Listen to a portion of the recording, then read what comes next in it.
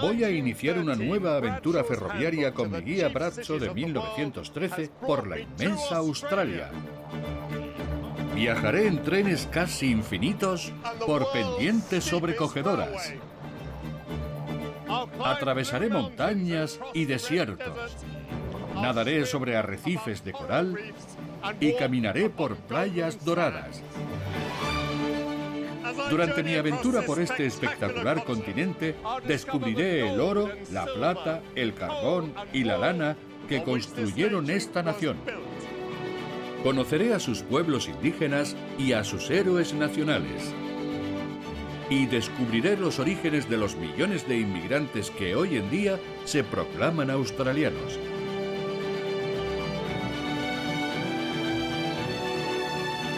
Grandes viajes ferroviarios por Australia, de Newcastle a Brisbane.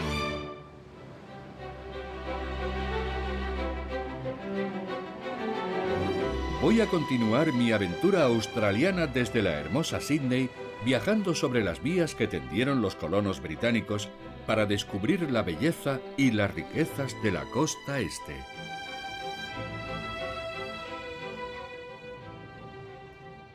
Mi guía ofrece un buen prólogo para este nuevo viaje.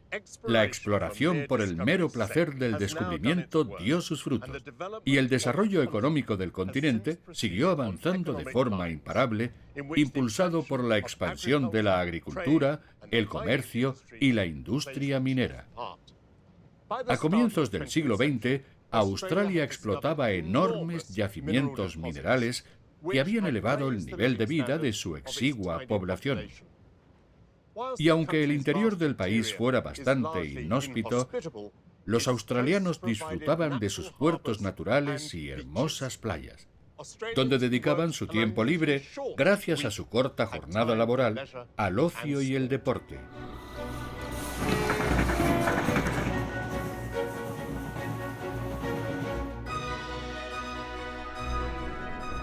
Mi primer destino será el histórico puerto de Newcastle.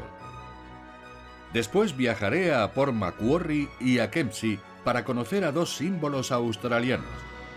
En Bulgulga buscaré las raíces de una de las comunidades indias más antiguas de Australia.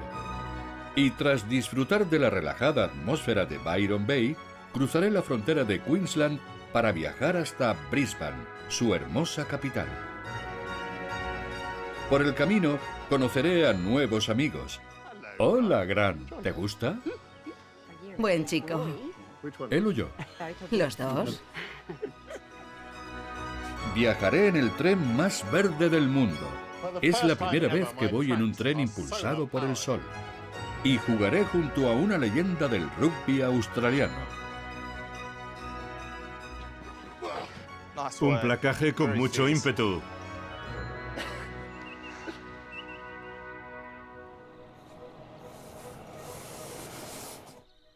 Mi aventura comienza en el XPT, el tren de pasajeros de la línea original que llegaba a Queensland. Este tramo fue concluido en 1887 y bautizado como el Corto Norte, y voy a tener la suerte de acompañar al conductor y disfrutar de las vistas. Michael, Charlie, estoy deseando que nos pongamos en marcha. Adelante. Gracias.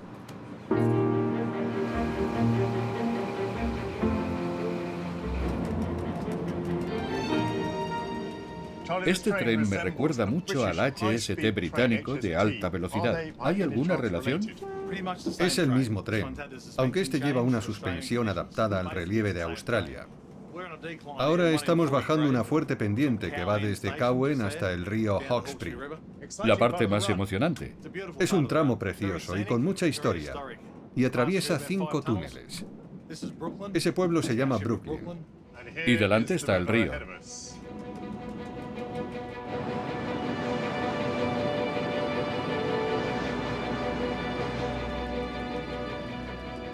Mi guía me cuenta que el río Hawkesbury es conocido como el Rin australiano, un apelativo muy apropiado viendo sus empinadas y boscosas riberas.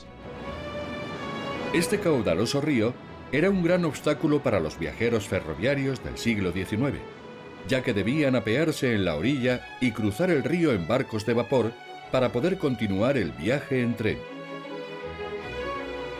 Algo que en 1889 solucionó un nuevo puente construido por una compañía de Nueva York. Era el cuarto más grande del mundo y sus cimientos eran los más profundos. Pero menos de 50 años después, este supuesto hito de la ingeniería fue clausurado tras descubrirse graves defectos. Así que a su lado se construyó un puente nuevo que empezó a funcionar en 1946 y que, según sus constructores australianos, durará al menos 200 años. Charlie, ha sido un privilegio acompañarte. Trabajar conduciendo este tren sí que es un privilegio. Dejo atrás estos impresionantes paisajes de Nueva Gales del Sur y pongo rumbo a su corazón industrial. Mi guía afirma que la principal estación de la línea norte es Newcastle, la ciudad más importante del estado después de Sydney, y el centro de su industria carbonera. Por entonces, los australianos admiraban a Gran Bretaña, así que bautizaron esta ciudad con el nombre de una localidad inglesa. Pero la vida da muchas vueltas. Y mientras que hace ya mucho que los barcos carboneros desaparecieron del río Tyne, la Newcastle de Nueva Gales del Sur es hoy el mayor puerto exportador de carbón del mayor exportador de carbón del mundo. La estación de Broadmeadow fue inaugurada en 1887.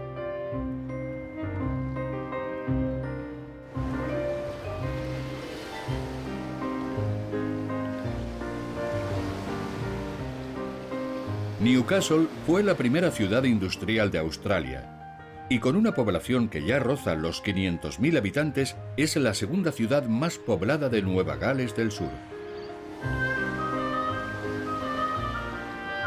Uno de sus mayores símbolos, en la hermosa colina de Flagstaff, recuerda su importancia como puerto carbonero desde hace más de 200 años. Pese a ser un enclave remoto del Imperio Británico, la ciudad necesitaba protegerse de los enemigos de Gran Bretaña, su futura leal aliada en 2 guerras mundiales. La próspera y poco habitada Australia era vulnerable a las invasiones, por lo que en 1882 se construyó el fuerte Scratchley para defender el carbón. Pero aunque en 1888 se divisó un buque ruso, estos cañones solo se emplearon en 1942 para repeler el fuego de un submarino de la Marina Imperial japonesa.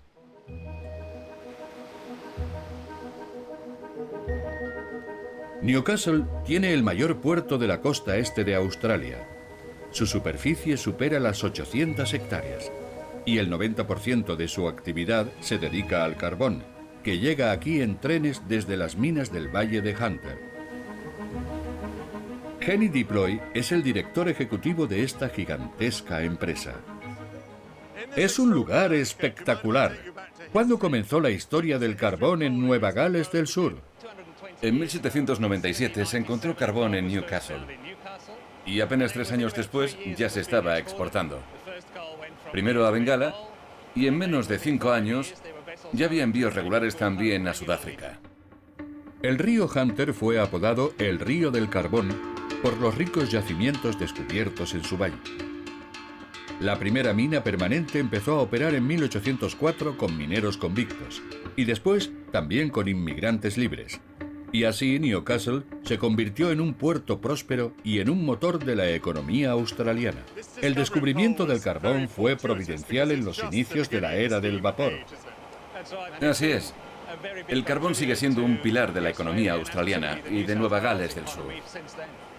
Pero es evidente que las cosas han cambiado mucho. ¿Cómo podéis mover unos volúmenes tan enormes? Gracias al aumento del tamaño de la maquinaria, que trabaja a un ritmo constante, y a la automatización. ¿Qué máquina es esa? Es un recuperador. Recoge el carbón apilado a un ritmo de unas 10.000 toneladas a la hora, lo que nos permite cargar en los barcos unas 500.000 toneladas diarias. Manejar los mandos del cargador de buque es una tarea delicada y minuciosa que solo puede asumir un operador con mucha experiencia. Es una vista impresionante.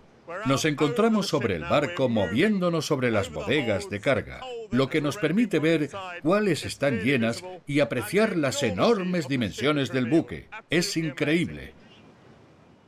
Hola, soy Michael. Es un placer. He estado viéndote trabajar y eres un artista. ¿Qué dices? Me encanta cómo manejas la pluma y el repartidor. Depositas el carbón como si estuvieras adornando un pastel. A este paso acabarás invitándome a cenar. Tendrías que ducharte. Yo vengo aquí duchado todos los días. ¿Cuál es el procedimiento? Primero cargo hasta la mitad todos los compartimentos para que el barco no sufra. Y después completo la carga. ¿No te agobias? A veces, cuando están muy llenos. Debes evitar que el buque se rompa. Sí, aunque de eso se encargan los manipuladores de carga. ¿Cuánto has cargado ya? 60.000 toneladas. ¿Y cuántas te faltan? Unas 8.000, más o menos. Así que, Casi hemos terminado. ¿cuántas toneladas de carbón cargáis al año? Desde este puerto exportamos unos 160 millones de toneladas del Valle de Hunter. 160 millones de toneladas. ¿No os afecta la cuestión medioambiental y las energías alternativas? La exportación de carbón desde Newcastle se duplicó entre 2007 y 2014 y ha seguido creciendo a un ritmo constante. Es cierto que hay países que rechazan su uso, pero la demanda de energía es cada vez mayor. Y el del Valle de Hunter tiene ventajas significativas, ya que es un carbón bajo en ceniza de gran poder calorífico, algo que valoran mucho en mercados tan importantes como Japón. Control 17 en 1. ¿Listos para cargar? Recibido. Vamos a completar esta bodega. Bien, allá va. ¿Qué te parece? Impresionante. ¿Cuánto carbón vas a descargar? 8.664 toneladas. Los cimientos de Australia. Sí. Por cierto, es la primera travesía de este barco, así que hay que tratarlo con delicadeza. Te han traído un buque nuevo y reluciente y lo has dejado hecho un asco. Sí. Así funciona esto. El tamaño de esta gigantesca terminal me deja perplejo. Pero lo más asombroso es que este puerto exporte hoy más carbón que toda Gran Bretaña hace 50 años.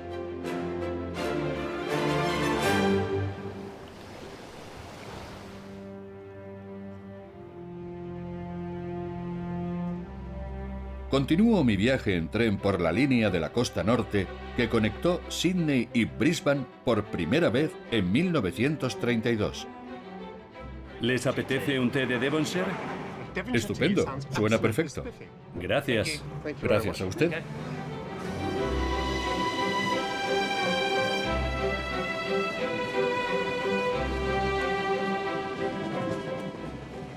Hola, ¿Qué tal? ¿está listo mi té de Devonshire? Sí, con su scone, crema y mermelada. Estupendo. Muy bien, disfrútelo. Muchas gracias.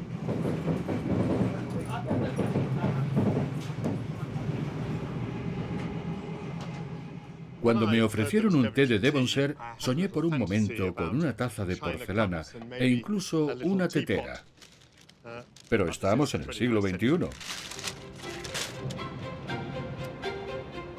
El scone venía envuelto en plástico, pero está caliente. Y también delicioso.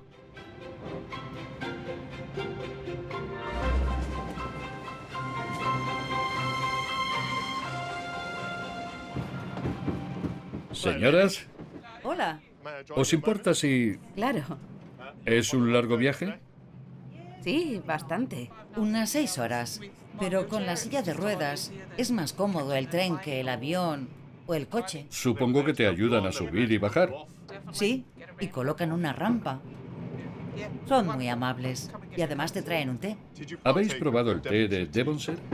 Estaba delicioso. ¿Sí? Sí. Disculpa. ¿Sí? Me llamo Michael. Yo soy Mark. Encantado. ¿Por qué has tomado este tren? porque perdí mi vuelo esta mañana. ¿Sí? Me quedé dormido.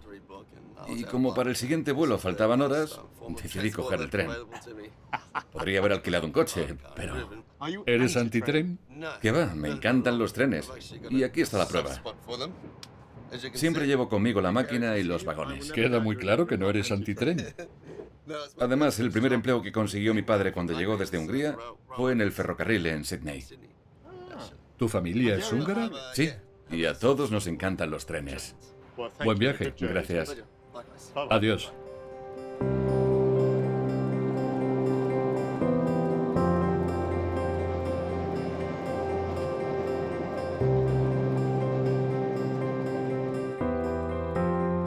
Tras un agradable viaje de 4 horas, me apeo en la estación de Wauchope. Hasta la vista. Y recorro 16 kilómetros hasta Port Macquarie, o Port, como lo denominan sus vecinos, una hermosa ciudad costera que visitaré mañana.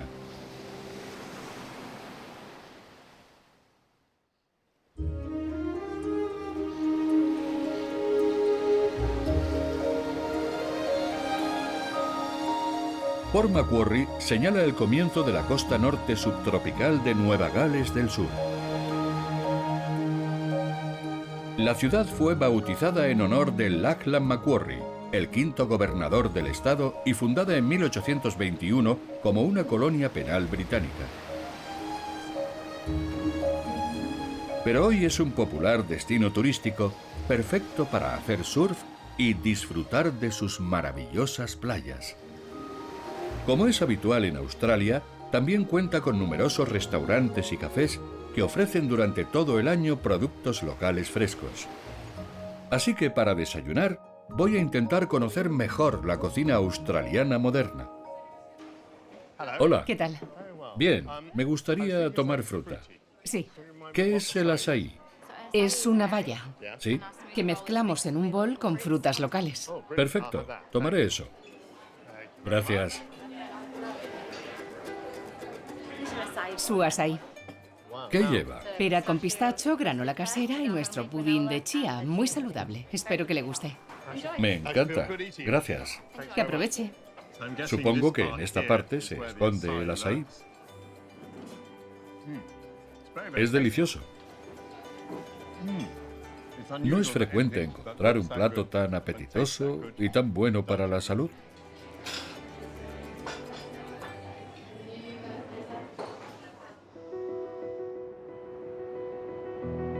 Mucho antes de que esta hermosa costa atrajera a los turistas, ya estaba habitada por especies únicas.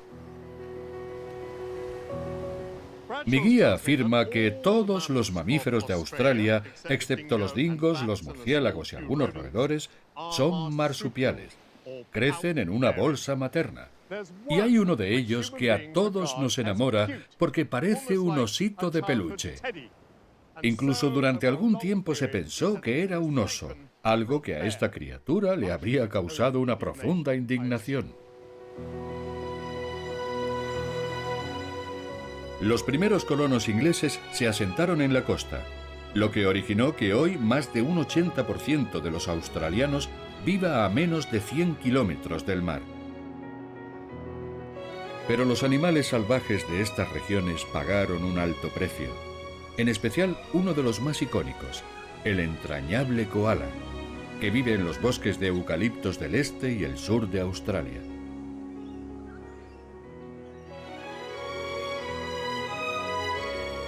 Lo que impulsó a crear un hospital muy cerca de la playa en la Reserva Natural de Macquarie para tratar a los koalas enfermos y heridos. Hola, Shane. Shane Flanagan es su directora. Lo primero que hay que dejar claro es que un koala no es un oso. Claro que no. Un oso es un mamífero placentario y un koala es un marsupial. Su embrión se desarrolla en la bolsa de su madre, no en el interior del útero. ¿Qué impacto tuvo sobre los koalas la llegada de los colonos europeos? El impacto fue devastador para toda la fauna salvaje, Pero para este icono nacional fue incluso peor. Su población se redujo de forma masiva en todo el país a causa de la reducción de su hábitat. ¿Su supervivencia está amenazada? En algunas zonas sí que está en peligro, aunque por suerte en otras no tanto. Pero por el camino que vamos, su declive seguirá acelerándose. Es una vergüenza. Australia posee el mayor índice de extinción de mamíferos de todo el mundo. ¿No es horrible? Sí. Desde la llegada de los colonos, a finales del siglo XVIII, la población de koalas descendió desde unos 10 millones de ejemplares a tan solo 100.000. Muchos fueron cazados por su piel, muy valorada en Inglaterra y Norteamérica. Pero aunque en 1937 fue declarada especie protegida, la incesante destrucción de los bosques para la construcción de urbanizaciones y carreteras sigue amenazando su existencia. ¿Por qué motivos vienen al hospital? Casi todos nuestros pacientes han sido víctimas de atropellos, enfermedades o ataques de perros causados por la reducción de su hábitat. En este hospital, financiado por el Fondo para la Conservación del Koala, se trata cada año a unos 250 ejemplares y se investigan sus enfermedades y su comportamiento. Como va a explicarme el entusiasta voluntario Mick Finney. Hola, Mick. Es un placer, Michael. En este tablón hay una lista de pacientes con todo tipo de dolencias, heridas o enfermedades. Me parece que son 28. Y a la derecha hay un resumen de sus historiales médicos. Víctima de incendio, accidente de tráfico, infección, húmero fracturado. ¿Podrán recuperar la libertad? No todos. Ahora tenemos a 16 que están recibiendo cuidados activos y después harán rehabilitación. Algunos no podrán volver a su hábitat. Y tendrán que quedarse aquí. Y ahora entremos, pasa.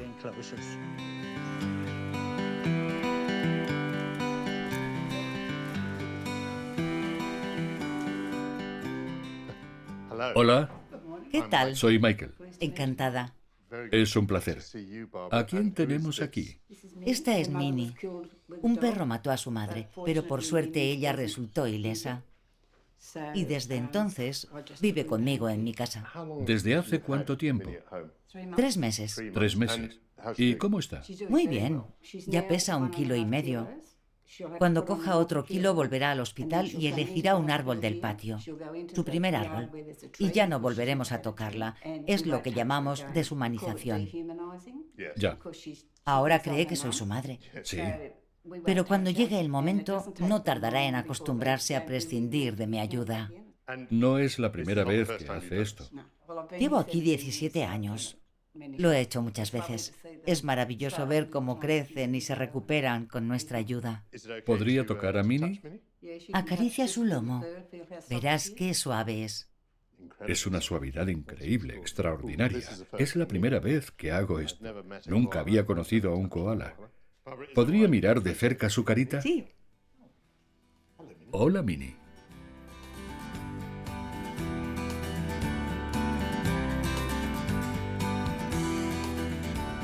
Es la hora de la comida y Grant es el primer paciente de la lista. ¿Por qué vino aquí? Llegó al hospital tras ser golpeado por un tren de mercancías. Si lo arrolló un tren, sus lesiones serían serias. El impacto le fracturó la cuenca del ojo y el antebrazo del lado izquierdo, y su oído quedó muy dañado, lo que le causó una discapacidad permanente que le impedirá vivir en libertad. Hola, ¿Qué tal? soy Michael. Yo soy Margaret. Veo que Grant ya está comiendo. ¿Qué le estás dando? Un compuesto infantil de soja que aporta mucha energía. ¿Aceptaría que se lo diera yo? Inténtalo. ¿Tiene hambre? Sí. Hola, Grant. Eres un impaciente. ¿Así? Eso es. ¿Te gusta, eh? Bebes muy rápido. Muy bien, Grant. Vamos con la segunda. ¿Listo? Pues vamos allá. Eso es. Buen chico. ¿Él o yo? Los dos.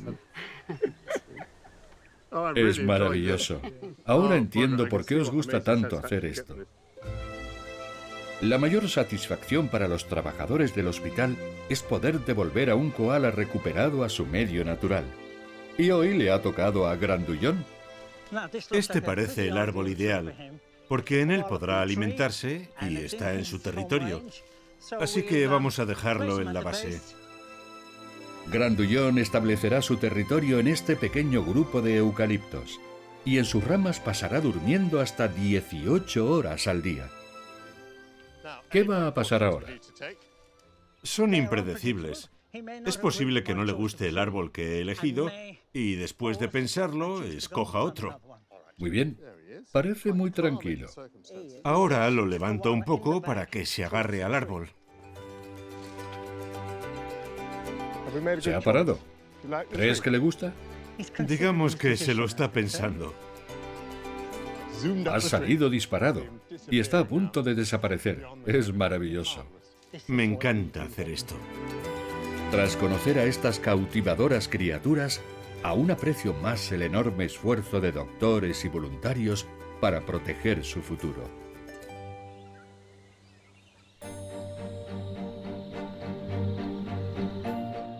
Es hora de proseguir mi viaje a lo largo de la costa de Nueva Gales del Sur en un confortable tren con aire acondicionado.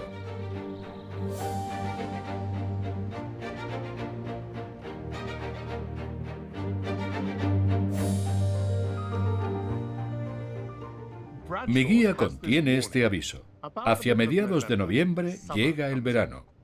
El calor es cada vez más intenso y a finales de diciembre los ríos se secan, la vegetación desaparece y hay vientos ardientes que duran hasta 48 horas. La respuesta australiana es ponerse las gafas de sol, aplicarse un protector solar y cubrirse la cabeza. Pero no estoy seguro de que mi Panamá sea lo más adecuado en Australia.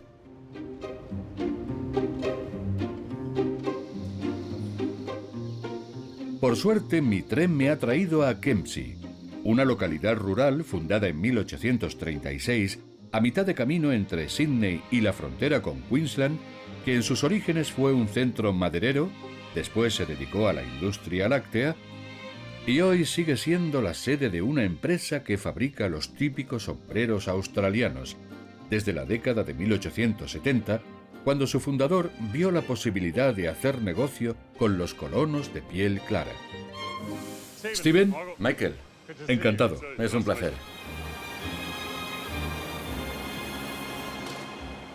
La intensidad del sol y el calor sofocante de esta región me aconsejan adquirir un sombrero más apropiado. Y he oído que fabricáis el genuino sombrero australiano. La verdad es que sí. ¿Puedo probarme alguno? Los que tú quieras. ¿Quién fundó esta empresa? Benjamin Dunkley fue el fundador. Más tarde mi bisabuelo se casó con su hija. Y así fue como mi familia empezó a dedicarse a esto. ¿Tu bisabuelo se casó con su hija? Sí. ¿Y os dedicáis a esto desde entonces? Eso es. Benjamin Dunkley era un sombrerero del condado inglés de Cheshire. Llegó a Australia en 1874 y viendo que el país se enfrentaba a una gran plaga de conejos, inventó una ingeniosa máquina para fabricar fieltro con su peluda piel. En 1904 se asoció con Stephen Keir, un sombrerero de Lancashire que un año después se convirtió en su yerno. La compañía adoptó en 1912 el nombre de Akubra, una palabra aborigen que significa sombrero, y hoy sigue siendo un negocio familiar que dirige Stephen Keir IV. Me gusta. ¿Qué modelo es? El Cattleman, el más popular. Gusta mucho. ¿Y este? Es un Traveler de color óxido. Un color que acabamos de introducir. ¿Tenéis algo más extravagante? Esto ya es otra cosa. ¡Qué maravilla! Es un sombrero increíble. ¿Hace juego con mi camisa? Claro. Mentiroso. ¿Cuántos sombreros fabricáis? 180.000 al año de 18 modelos, en una gran variedad de colores. ¿Suministráis al ejército? Somos los proveedores exclusivos del sombrero slouch para el ejército australiano, desde hace mucho. Es inconfundible, sale en todas las películas bélicas. Cuando desfilan sujetan un ala con un clip. Akubra empezó a fabricar sombreros para las Fuerzas Armadas durante la Primera Guerra Mundial y terminó convirtiéndose en la marca australiana clásica. Estarás muy orgulloso. Claro que sí. Porque mi familia fabrica desde hace años uno de los iconos más conocidos de Australia. La plantilla está integrada por más de 100 trabajadores locales que utilizan muchas de las técnicas tradicionales.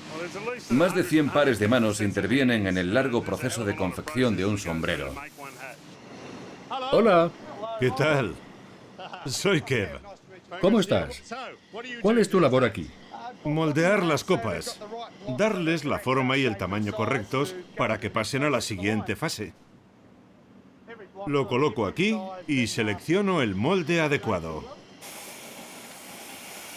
El vapor ablanda el fieltro Ya, para que el molde entre con suavidad. eso ha bajado con mucha fuerza. Sí, por eso es mejor que no te pille la mano. ¿O algún dedo? ¿Cómo puedes tocar un metal tan caliente? El truco es no tocar la máquina y coger el aro y soltarlo enseguida. Y mis manos apenas notan el calor, tras haber pasado un montón de años trabajando en cocinas. Viniste entrenado. Eso es. Hola, ¿Qué tal? ¿cuál es tu labor? Poner el forro interior y después pegarlo. ¿Llevas aquí mucho tiempo? 30 años. ¿Sabes cuántos sombreros has hecho? Dios mío, no. ¿Cuántos haces al día? Algo más de 700. Esos son muchos. Sí, Eres una gran profesional. Ha sido un placer conocerte. gracias. Mucha suerte. Adiós.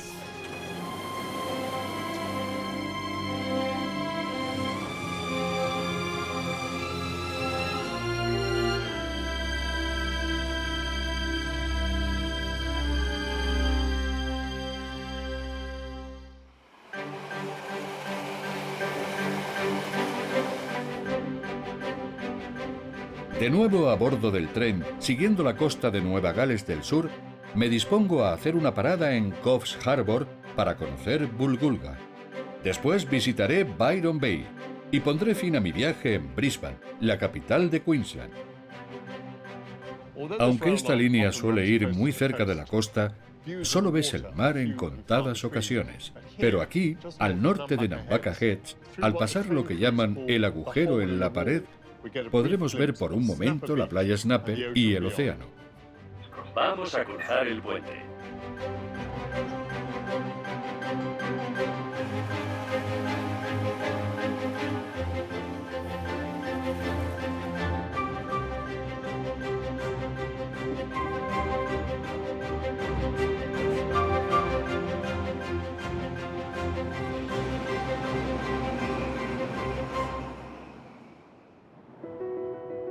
Coffs Harbour es una de las mayores ciudades de esta parte de la costa. De una región que a principios del siglo XX vivía en gran parte gracias al cultivo de plátanos. Las plantaciones se extendían desde aquí hasta la región tropical de Queensland.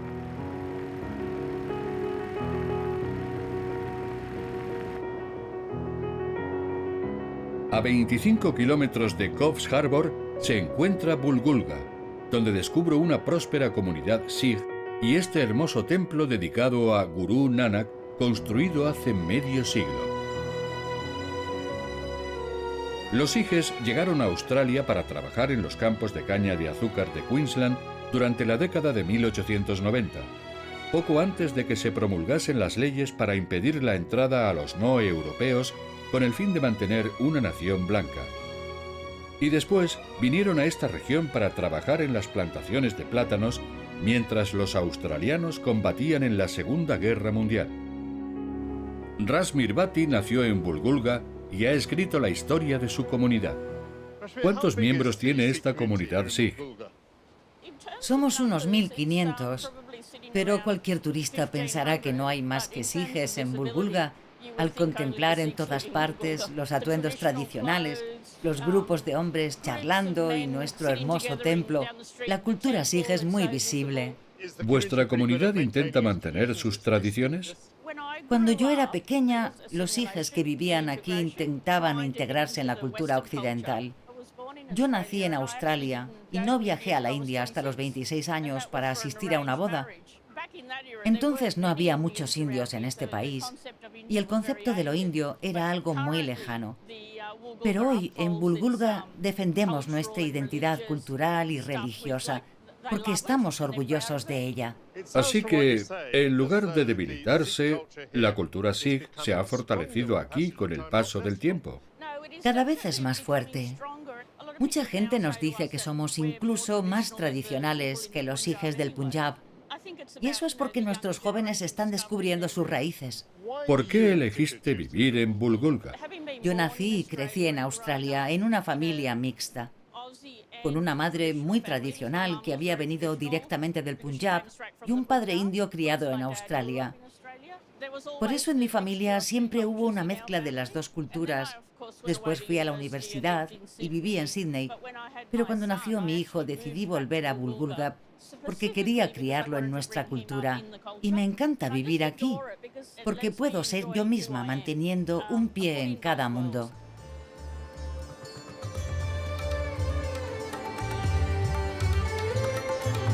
Cuando llega septiembre, esta comunidad sikh celebra un festival del curry con espectáculos y comida india que atrae a más de 15.000 habitantes. John Arcon posee un puesto de comida y ha organizado una pequeña fiesta.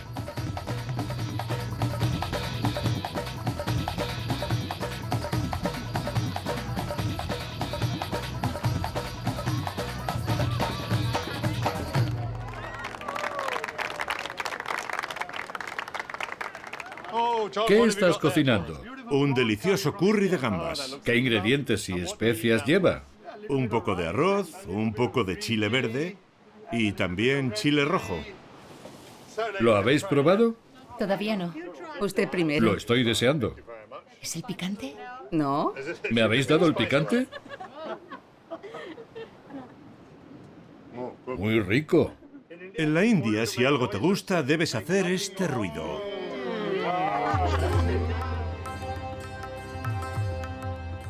La producción de frutas sigue siendo un gran pilar económico de esta región y su cultivo principal son los arándanos. Hola, soy Michael. Es un placer. Encantado. Oigo mucha actividad. ¿Podría ver cómo trabajáis? Claro. Pero antes ponte esta redecilla a juego con tus pantalones. Gurmeet Singh es el presidente de esta cooperativa que representa a 150 productores. Son unos arándanos preciosos. ¿Cuántas cosechas tenéis al año? Aquí la recolección dura todo el año. Es más intensa en primavera y en septiembre y octubre. Pero todos los meses cosechamos y envasamos arándanos. ¿Ya no se cultivan plátanos? Sí, pero mucho menos que antes. Los plátanos se empezaron a cultivar en el norte de Queensland, cuyo clima es mucho más propicio y su cultivo se expandió mucho. Pero a finales de los años 90, 4 productores locales decidieron probar suerte con los arándanos. Y hoy somos 150, con un volumen de ventas que este año superará los 60 millones de euros. ¿La comunidad sikh está muy implicada en este negocio? Sí, el 80% de los que trabajan aquí son sijes. ¿Qué tiene el Punjab, su región de origen, que los hace tan adecuados para este trabajo? Casi todos los habitantes del Punjab pertenecen a familias de agricultores. Por eso, al venir a Australia, se dedicaban a la agricultura. Mi bisabuelo llegó con 20 amigos para trabajar en los campos de caña de azúcar. Entonces no podía traer a su familia. Pero cuando a finales de los años 30 la política de la Australia blanca se relajó un poco, mi abuela vino a Bulgulga para vivir con él. Y salieron adelante durante un periodo con una política oficial abiertamente racista, la de la Australia blanca. Mi generación no vivió nada de todo aquello. Y mi padre se crió aquí y tampoco lo vivió. Tal vez sí afectó a mis abuelos, pero él siempre decía que los australianos le habían ayudado y que los apreciaba mucho por eso. ¿Los australianos sijes o los sijes australianos estáis plenamente integrados? Claro que sí, porque compartimos muchos valores con los australianos, como el compañerismo y el amor al trabajo. Por eso es una fusión de culturas tan satisfactoria.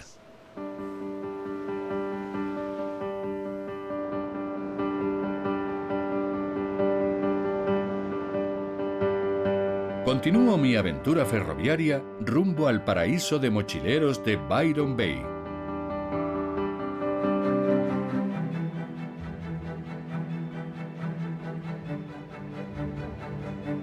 En los tiempos de mi guía, podría haber ido en tren hasta mi próximo destino en la línea que unía Cassino y Murwilembah.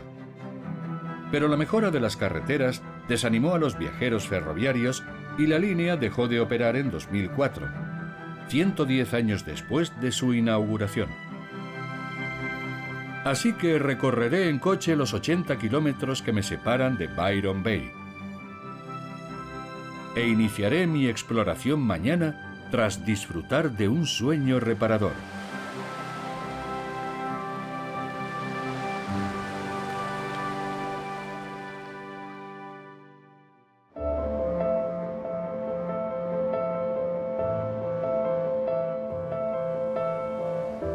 Byron Bay era conocida por los aborígenes como Bahía de la Caverna o lugar de reunión. Pero cuando en 1770 James Cook fondeó aquí, bautizó el lugar como Cabo Byron en honor al oficial naval John Byron, abuelo del célebre poeta.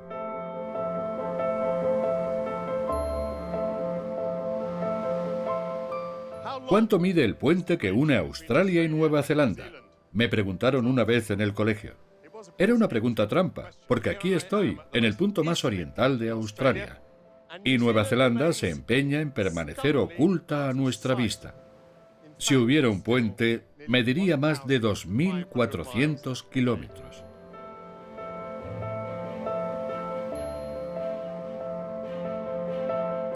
El tren llegó aquí en 1894 y la ciudad adoptó el nombre de Byron Bay. Gracias a su conexión ferroviaria, su industria floreció y hoy es un destino turístico que atrae a más de 2 millones de visitantes al año.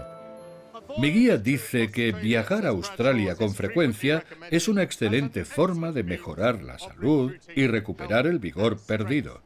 En paraísos como la hermosa Byron Bay, un antiguo centro ballenero, minero e industrial que hoy es un imán para los entusiastas de la salud, como hippies, mochileros, surfistas y espíritus y almas libres como la mía.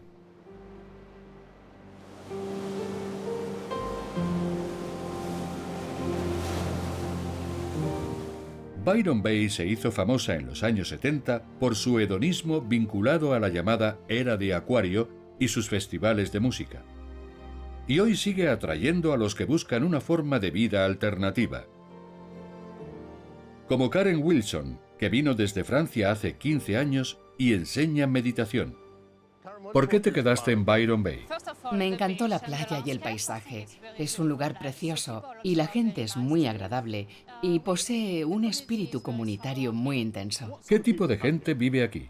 En Byron Bay viven personas sanas y creativas que buscan el equilibrio entre la relajación, la diversión y el trabajo. Karen va a ayudarme a intentar conectar con la famosa conciencia cósmica de Byron Bay. Empieza cerrando los ojos y concéntrate en la respiración. Sigue el camino que recorre el aire y concéntrate en él. Si tu mente empieza a divagar, vuelve a centrarte en la respiración. Es la llamada meditación vipassana.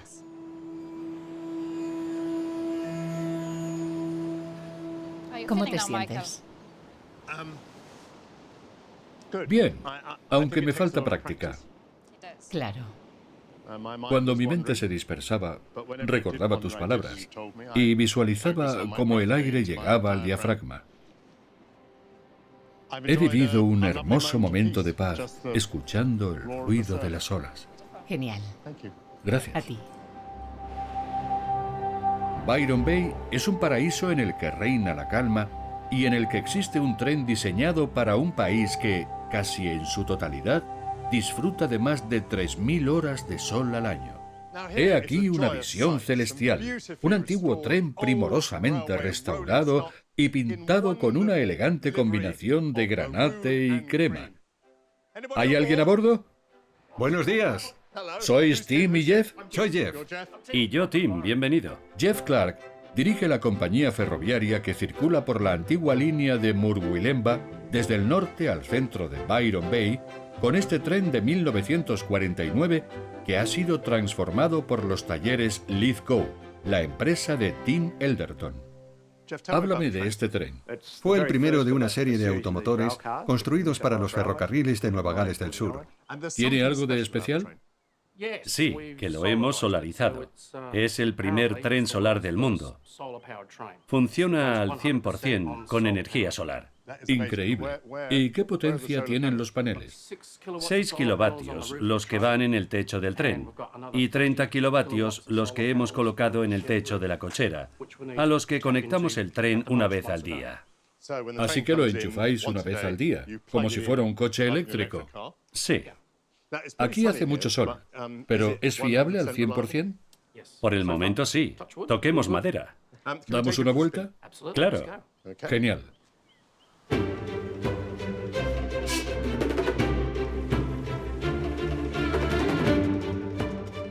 Es muy silencioso, Tim. Sí. Resulta extraño ir en un tren eléctrico sin el tercer riel en las vías o la catenaria encima. Desde luego. El sonido delata que es eléctrico. Sí. Y además solo consumimos un cuarto de la energía que generamos. Vendemos el resto a la red pública y obtenemos un beneficio. En esta comunidad, en Byron Bay, la gente se preocupa mucho por el medio ambiente, por lo que tener un tren que funciona con energía solar es aún más importante. No encontramos un mejor sitio para intentarlo que Byron Bay. ¿Os costó mucho ponerlo en marcha? Conseguir los permisos tras presentar todos los planos fue muy complicado. Y reconstruir la línea y el puente requirió grandes esfuerzos, porque las vías estaban cubiertas por la vegetación.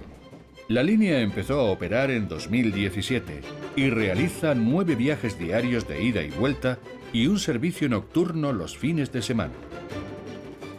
¿Fue difícil convencer a los escépticos de que esto era posible?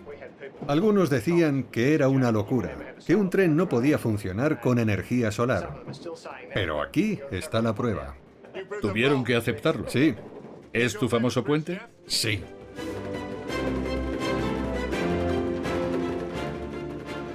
Es la primera vez que voy en un tren impulsado por el sol.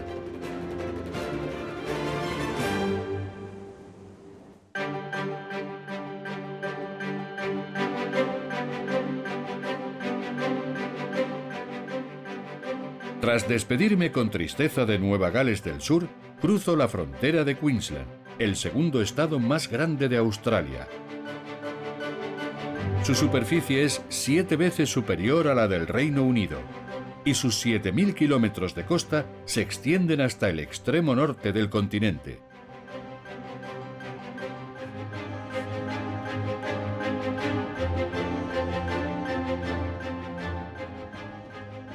Brisbane, dice mi guía, es la capital del estado de Queensland y fue fundada en 1825. Está situada entre la zona templada meridional y el norte subtropical, por lo que su clima es un tanto peculiar. Brisbane es una ciudad que posee un carácter propio, algo que se refleja en su cultura, en su arquitectura, y en el hecho de que voy a tener que retrasar mi reloj 1 hora. Es curioso, ya que viajo hacia el norte, no hacia el este o el oeste. Estamos entrando en la línea número 8. Este tren termina su recorrido en esta estación. Brisbane está a casi 1.000 kilómetros de Sydney y es la tercera ciudad más poblada de Australia.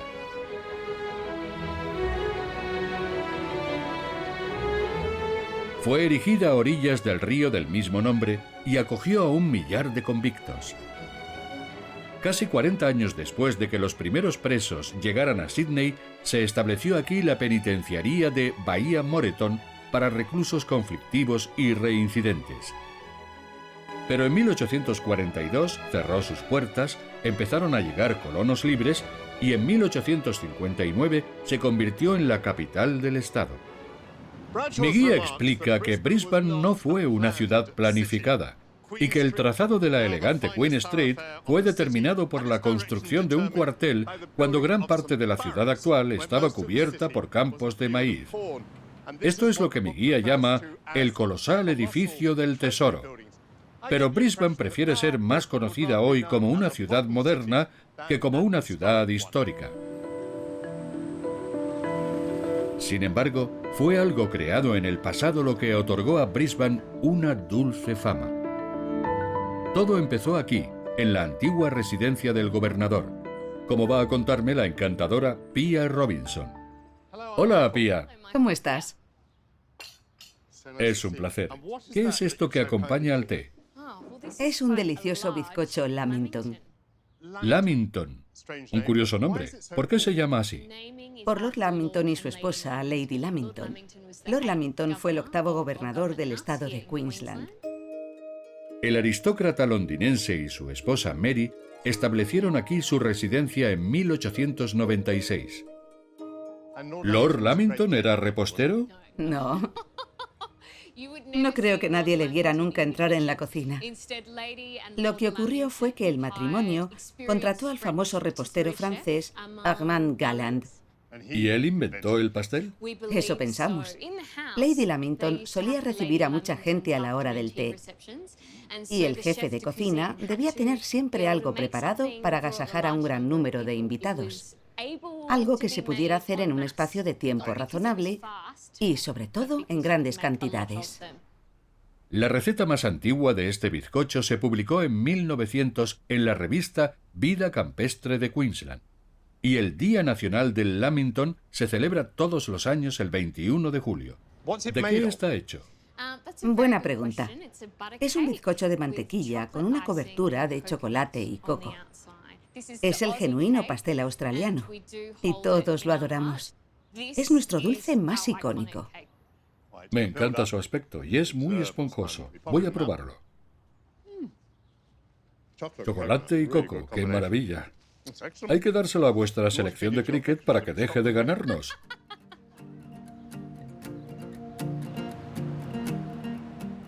Dicen que aunque recorras 4.000 kilómetros, los australianos seguirán sonando igual y tendrán el mismo aspecto. Pero al pasar de Nueva Gales del Sur a Queensland, he cambiado de zona horaria y he descubierto que hay dos tribus. Dos tribus enfrentadas por una eterna rivalidad que luchan una y otra vez en el campo de batalla del rugby. El estadio Ballymore está en la zona norte de Brisbane y es donde entrenan los Queensland Red, uno de los mejores equipos del hemisferio sur, cuya historia va a contarme su jefe de prensa, Philip Pope.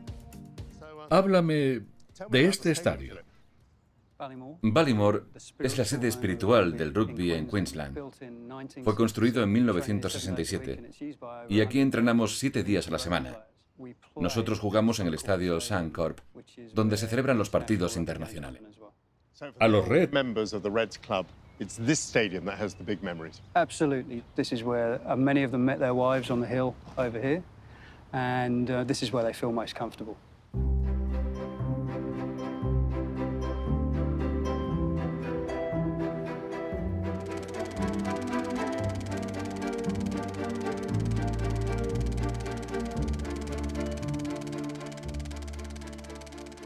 There was a meeting at the Exchange Hotel, just a few miles from where we're sitting here. Over a few beers, the young lawyers and barristers of Queensland, many of whom were playing both sports, had a heated discussion on what should be the predominant sport.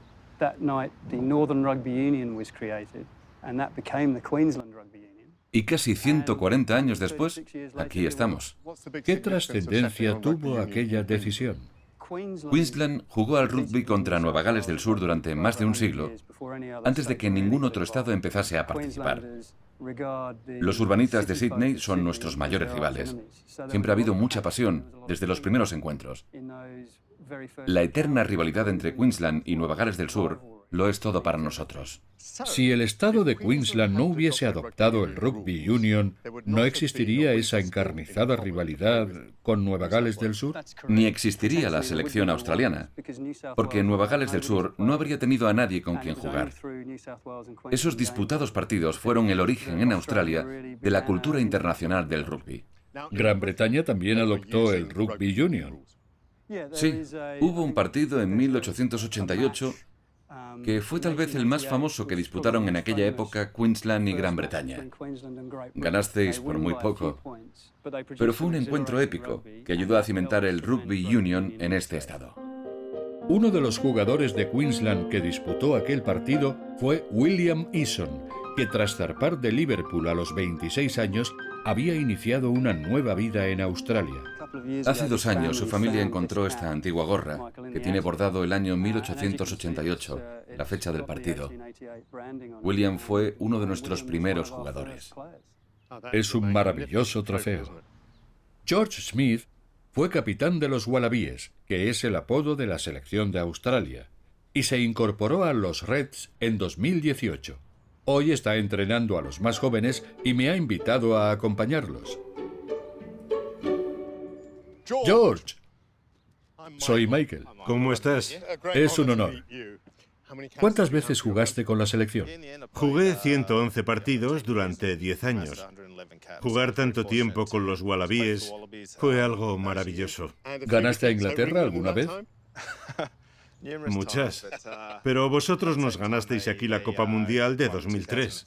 Y eso todavía duele. ¿Qué enseñas a estos chicos? Las técnicas básicas, cómo coger un pase, cómo hacer un buen placaje, o cómo robar el balón y salir de una melé. Hace mucho que no juego y nunca he sido un profesional, pero ¿podría probar? Claro que sí. Vamos allá. Adelante.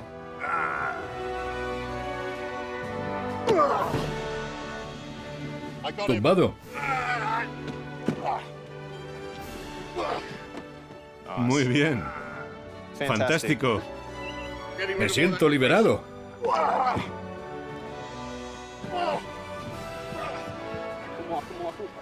Buen pase, eso es. Ahora gira a la izquierda y roba el balón.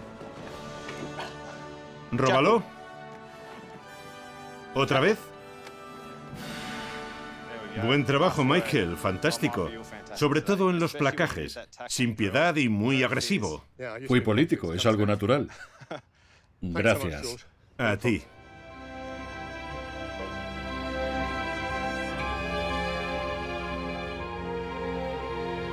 En este extraordinario mirador termina mi aventura australiana. Los australianos mantienen un equilibrio casi perfecto entre el trabajo y el placer. Las playas están integradas en sus ciudades y disfrutan practicando deportes como el apasionante rugby. Son muy afortunados, ya que tienen el sol y el océano y abundantes frutas y minerales que les han traído la prosperidad. Pero tanto éxito ha impulsado una urbanización sin control y ha obligado a luchar por la supervivencia mientras contempla con impotencia la destrucción de su hábitat al adorable e icónico koala.